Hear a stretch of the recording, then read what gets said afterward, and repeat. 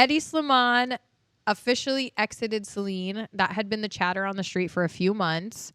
Notoriously difficult to work with.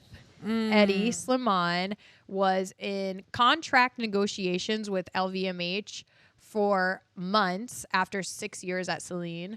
And it appears they could not come to an agreement. I feel like that's happening. Like, there's definitely creative director musical chairs happening currently.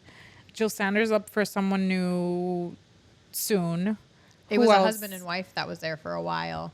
But they announced, Chanel is up for grabs. Chanel's up for grabs. There's chatter that Jonathan Anderson might Loewe. leave. Loewe. Yeah. But they appointed someone to Celine immediately. Yes. What's his name? Michael Ryder. So Michael Ryder was under Phoebe Philo when Phoebe was creative director of Celine. And then when Phoebe left, he went to Ralph Lauren.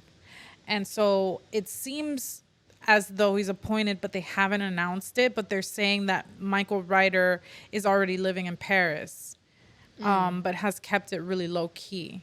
Have they announced it? I think they announced it. They did? Yeah, because they were already talking about his background. Oh. Yeah, he's never really been in the limelight at a brand. He was a women's wear designer at Polo Ralph Lauren, and he went to Brown University.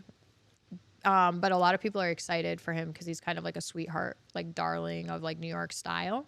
I know the Miami Design District store hates to hear a creative director appointment because they just finished that renovation that's extremely Hedi. Yeah. They spent a lot of money. If you don't know, Celine had a store next to the Moore building for years and years when Phoebe was there.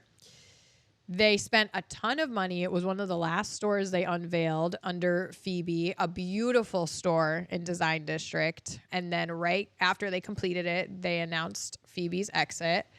And in walks Hedi. And like almost immediately after that, they started the Hedi renovation, which Hedi has like a really specific aesthetic. They just reopened like April or May. And it was like exorbitant, the amount of money they spent on that store. And it's super, super Hedi, which looks like Saint Laurent. And now this. And it sounds like this new creative director is probably going to gut it out. Probably. And Go back and gut it. It's going to look more like Phoebe aesthetic, Celine. Someone needs to do a wellness check on Phoebe Philo's brand because like what's going on there? Yeah. We don't hear from that. Are people like shopping it? Like, where's it carried? Bergdorf's probably? Is it releasing? Is it walking? You know, I don't think it's walking, but there's already been like a few collections. And remember the drop? People like were going crazy. They were going crazy about it. That's very true. Well, the rumor on the street is that Hedi's going to go to Chanel. That's the rumor on the block. I reposted this. Someone commented, please go ruin Chanel now. I don't understand these creative directors, and this kind of leads us into our next topic, but like just create your own namesake brand because like it's not like you follow the DNA. You gut the DNA of a brand. Like an Hedi Slimane and Alessandro Michele, they just gut the DNA of a brand. They just inject their own DNA. Yeah. I had heard he didn't want to because he didn't want to deal. Like, I had heard Hedi didn't want to have his own namesake brand because he didn't want to deal with, like... It's a lot to deal with. It's a lot of money. But financially, he would have backers. Like, he could have dealt with it. But we talked about this on a previous episode. Like, he got really ridiculous with his demands at Celine. Like, he was asking for, like, percentages. Not only, like, his contract, which I'm sure is super expensive, but he was also asking for, like, a kickback percentage on, like, all revenue. I don't think they would have done that. I don't know who they would have done that for. Maybe that's the deal Karl Lagerfeld had at Chanel. Yeah. I mean, that to me would make more sense.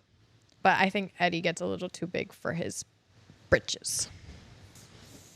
I saw that there was also, says that people would like to see Jacquemus as designer for Chanel.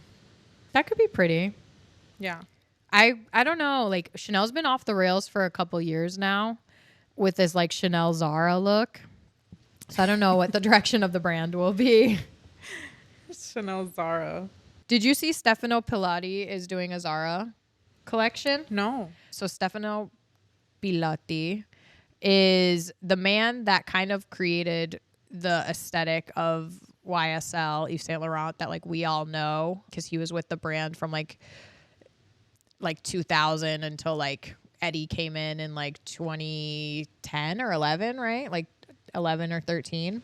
Yeah. So he was like the person who created the YSL tribute and that whole look, like a very classic Saint Laurent aesthetic. The tribute heel. Yeah, the tribute, the iconic tribute, Trib 2. The one that's got Miami girlies in a headlock. Yes. Did you know when he was designing those, he would do a prototype and then he would wear them out to see how comfortable they were, and they're called the tribute because they're a tribute to women for their comfort. Oh. Mm-hmm. So yeah, he would wear them to make sure they were comfortable. The tall ones are not that comfortable, like despite what anyone says. Yeah, but then the ones that are not tall, they look like your mom's heels. Literally, there's like sensible business lady shoes, like you're going to do a little stint in the courtroom. Yeah, but you're not supposed to show your toes. Oh, not a toe in the courtroom. Yeah. So anyways, he did his own namesake brand, and he actually has like a really kind of like dark goth look now.